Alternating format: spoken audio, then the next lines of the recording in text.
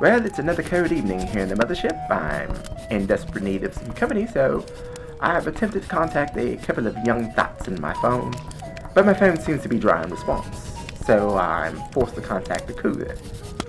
Barbara has agreed to come over for hopefully some sexcapades. In preparation of her visit, I dabbed on the Old Spice Original, greased my scalp with lustrous pink oil and curl activator, and broke out my best pair of corduroy jeans. Well, that's it for now. I'm RJ, and I'm signing off.